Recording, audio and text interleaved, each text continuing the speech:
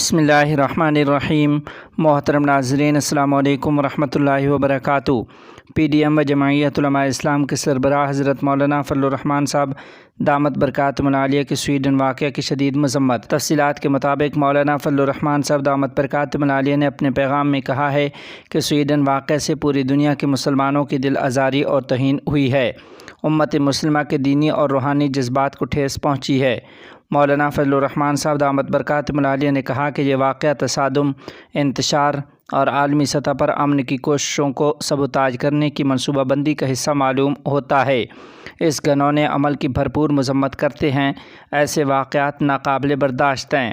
عالمی برادری کو خبردار کرتے ہیں کہ امن و امان کی صورتحال کو کشیدہ بنانے کے عزائم کی نشاندہی کر کے ملزمان کو زیر عتاب لایا جائے۔ ادھر دوسری جانب قرآن کریم کی توہین کے خلاف یورپی یونین نے بھی مذمت کی ہے۔ اسلامی تعاون تنظیم نے اجلاس طلب کر لیا، جبکہ مجرم سلوان نے بدبختانہ عمل دہرانے کی دھمکی دی ہے۔ تفصیلات کے مطابق سویڈن میں ملعون سلوان مومیکا کی جانب سے قرآن پاک کی بحرمتی کے خلاف دنیا بھر میں احتجاج جاری ہے۔ اطلاعات کے مطابق یورپی یونین نے بھی واقعے کی شدید مذمت کی ہے۔ ادھر اسلامی ممالک کی متحدہ تنظیم OIC نے بھی ہنگامی اجلاس طلب کر لیا۔ وہیں مجرم سلوان نے بدبختانہ عمل دہرانے کی دھمکی دی ہے۔ ادھر ترکیہ کے دباؤ کے بعد سویڈن انتظامیہ نے مجرم کی نفرت انگیز تقریر کی تحقیقات شروع کر دی ہیں۔ عرب نیوز کے مطابق اسلامی تعاون تنظیم کا ایک ہنگامی اجلاس سویڈن میں قرآن پاک کی بحرمتی کے خلاف طلب کر لیا گیا ہے۔ تنظیم کے ترجمان نے کہا ہے کہ اس اجلاس میں اس گھنونے فعل کے خلاف کیے جانے والے اقدامات پر تبادلہ خیال کیا جائے گا اور ضروری اقدامات سے متعلق اجتماعی موقف اپنایا جائے گا۔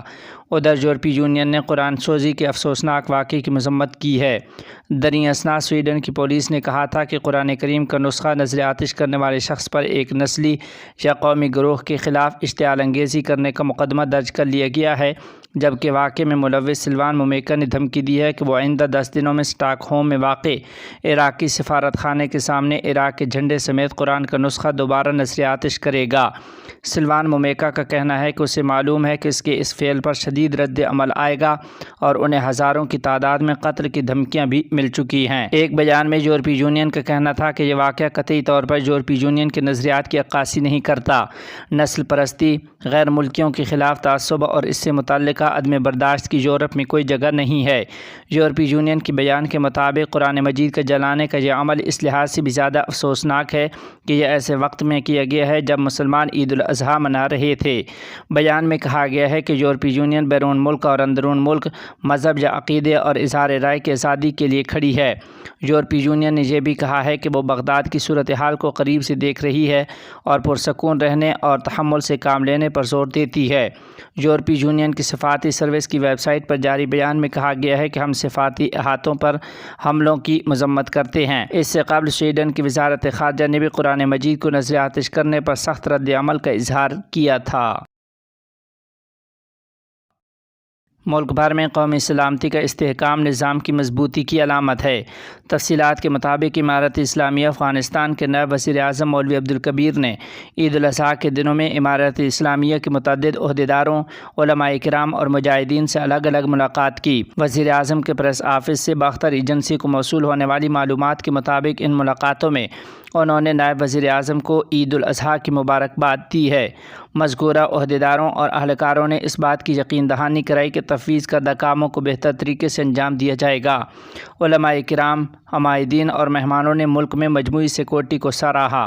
انہوں نے امارت اسلامیہ کے اقتصادی پروگراموں کو خیر مقدم کرتے ہوئے مزید کہا ہے کہ حکومت کو ملک کی تعمیر نو پر زیادہ توجہ دینی چاہیے۔ مذکورہ بالا عمائدین نے امارت اسلامیہ کے ساتھ مکمل تعاون کی یقین دہانی بھی کرائی ہے۔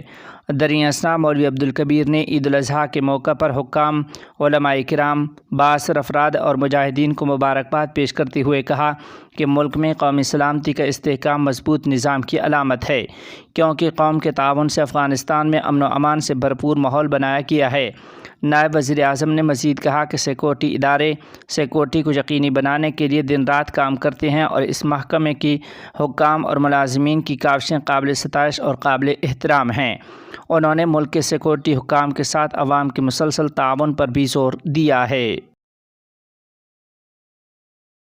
امارت اسلامیہ کا افغانستان میں متحارب گروہوں کی عدم موجودگی کے بارے میں جو بائیڈن کے بیان کا خیر مقدم۔ تفصیلات کے مطابق امارت اسلامیہ کی وزارت خارجہ نے ریاستہائے متحدہ امریکہ کے صدر جو بائیڈن کے بیان کا خیر مقدم کیا ہے کہ اس وقت افغانستان میں کوئی جنگی گروپ موجود نہیں ہے۔ باختر ایجنسی کے مطابق افغان وزارت خارجہ کے ترجمان عبدالقہار بلخی نے آج اپنے ٹویٹر پیج پر لکھا ہے کہ ہم امریکی صدر جو بائیڈن کے اس بیان کو قبول کرتے ہیں کہ اس وقت افغانستان میں کوئی متحارب گروپ موجود نہیں ہے۔ ہم اسے حقیقت کا ادراک سمجھتے ہیں۔ عبدالقہار بلخی نے مزید کہا کہ امریکی صدر کے یہ بیان اقوام متحدہ کی پابندیوں کی نگرانی کرنے والے گروپ کی رپورٹ کی تردید کرتا ہے، جس میں کہا گیا ہے کہ 20 سے زیادہ متحارب گروہ افغانستان میں موجود اور سرگرم ہیں۔ ان کے مطابق امارت اسلامیہ کی پالیسی ہے کہ وہ کسی کو افغانستان کی سرزمین دوسروں کے خلاف استعمال کرنے کی اجازت نہیں دیتی۔ تاہم وزارت خارجہ کے ترجمان نے نشاندہی کی ہے کہ اس معاملے میں امریکہ سمیت امارت اسلامیہ کو اپنے کام کے لیے کسی کی مدد اور حکم کی ضرورت نہیں ہے۔ غزہ کی مسلسل ناکہ بندی پر اسرائیل پر مقدمہ۔ تفصیلات کے مطابق فلسطینی قانون ساز کونسل نے غزہ پر 17 سال سے اسرائیل کی مسلط کی گئی ناکہ بندی پر تل ابیب کے خلاف عالمی فوجداری عدالت میں ایک نیا مقدمہ دائر کیا ہے۔ اگرچہ عالمی فوجداری عدالت میں اسرائیل کے خلاف فلسطینیوں کی طرف سے سیاسی نوعیت کے مقدمات پہلے بھی قائم کیے گئے ہیں، مگر یہ پہلا موقع ہے جب مقدمے میں مالی معاوضے کا مطالبہ کیا گیا ہے۔ عالمی فوجداری عدالت میں دائر مقدمے میں اسرائیل پر غزہ کے محاصرے کے دوران نسل پرستی کے جرم کے علاوہ سوچے سمجھے قتل کے جرائم کا ارتکاب کرنے کا الزام بھی شامل ہے۔ قانونی شکایت میں عالمی فوجداری عدالت سے غزہ کی پٹی پر 17 سال سے مسلط کردہ اسرائیلی محاصرہ ختم کرنے کا فیصلہ جاری کرنے کی درخواست کی گئی ہے۔ اس کے علاوہ درخواست میں کہا گیا ہے کہ اسرائیل کے 2 اشروں پر مشتمل ناکہ بندی نے غزہ میں عام شہریوں کی معیشت کو بری طرح متاثر کیا ہے۔ اس ناکہ بندی کے نتیجے میں شہریوں کے مادی نقصان کی تلافی کرنے کے لیے اسرائیل پر ہرجانہ عائد کیا جائے۔ $25 ارب ہرجانہ۔ فلسطینی قانون ساز کونسل کی رکن ہدیٰ نعیم کے مطابق ناکہ بندی کے برسوں کی اقتصادی لاگت پر مبنی مطلوبہ معاوضہ، جس میں طویل بندشیں، شدید اقتصادی پابندیاں، فوجی کارروائیاں اور آبادی کو پہنچنے والے نقصانات شامل ہیں۔ قانون ساز کونسل اور بین الاقوامی وکلاء نے مقدمے کے کاغذات بین الاقوامی فوجداری عدالت کے پراسیکیوٹر کے حوالے کرنے کی ذمہ داری غزہ کی ناکہ بندی پر اقوام متحدہ کی تجارت اور ترقی کی کانفرنس کی رپورٹ پر انحصار کیا، جس میں یہ نتیجہ اخذ کیا گیا ہے کہ مجموعی اقتصادی 2018 تک اسرائیل کی جانب سے مسلط کی گئی ناکہ بندی سے ہونے والے نقصان کا تخمینہ $7.16 ارب تھی، اور اس اعداد و شمار کو اپ ڈیٹ کرنے سے یہ رقم $25 بلین بنتی ہے۔ فرانس میں نوجوان کی ہلاکت کے خلاف پرتشدد مظاہرے، 994 افراد گرفتار۔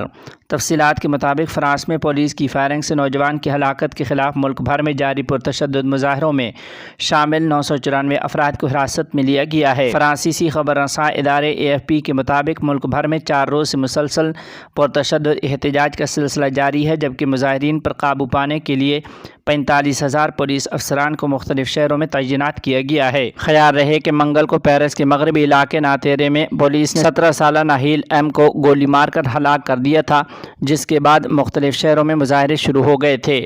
سیکورٹی اہلکاروں کی موجودگی کے باوجود جمعے کی رات کو مختلف شہروں کی مارکیٹوں میں لوٹ مار کے واقعات بھی پیش آئے ہیں، جبکہ مظاہرین نے گاڑیوں اور کوڑے کے ڈبوں کو بھی آگ لگا دی۔ ہلاک ہونے والے نوجوان ناہیل M کو گزشتہ کل ہفتے کے روز ناتیرے میں دفنایا گیا ہے، جہاں وہ رہائش پذیر تھا، اور اسی علاقے میں پولیس کی فائرنگ سے انہیں قتل کیا گیا تھا۔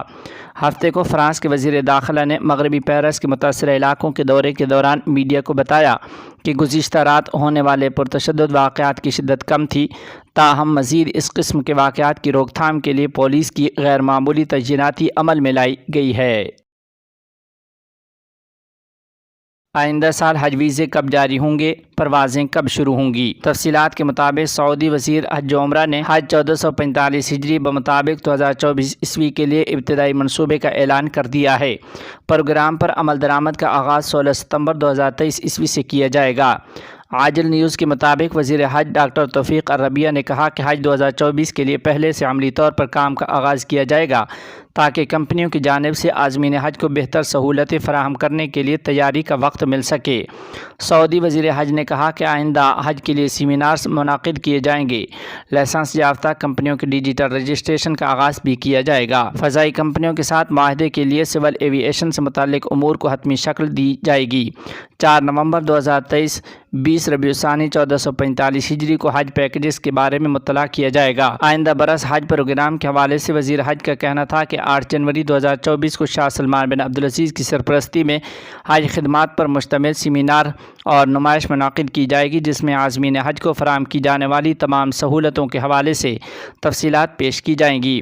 25 فروری 2024 کو مشاعر مقدسہ میں حجاج کرام کے لیے رہائشی امور کو حتمی شکل دی جائے گی۔ انہوں نے مزید کہا کہ جو ممالک پہلے حج معاہدے کر لیں گے انہیں اپنے حجاج کے لیے مشاعر مقدسہ یعنی مینا، مزدلفہ اور عرفات میں اپنی پسند کی رہائش حاصل کرنے کا اختیار ہوگا۔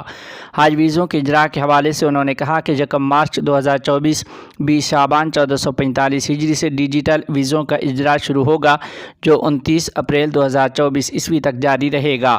ان کے مطابق 9 مئی 2024 عیسوی 1 ذوالقعدہ 1445 ہجری سے عازمین حج کی پروازیں مملکت میں آنا شروع ہو جائیں گی۔